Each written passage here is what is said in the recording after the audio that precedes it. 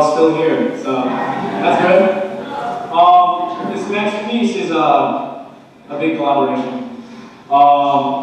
It's a video, and I did collaborate with the same dear friend who was talking about serotonin and dopamine. And I'd like to invite him to the stage, and that is Christopher Clark.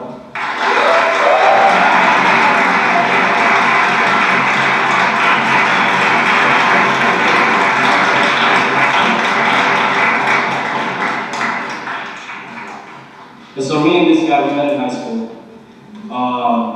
And our first project together was Empowering Young Men, I believe, from St. Mary's High School.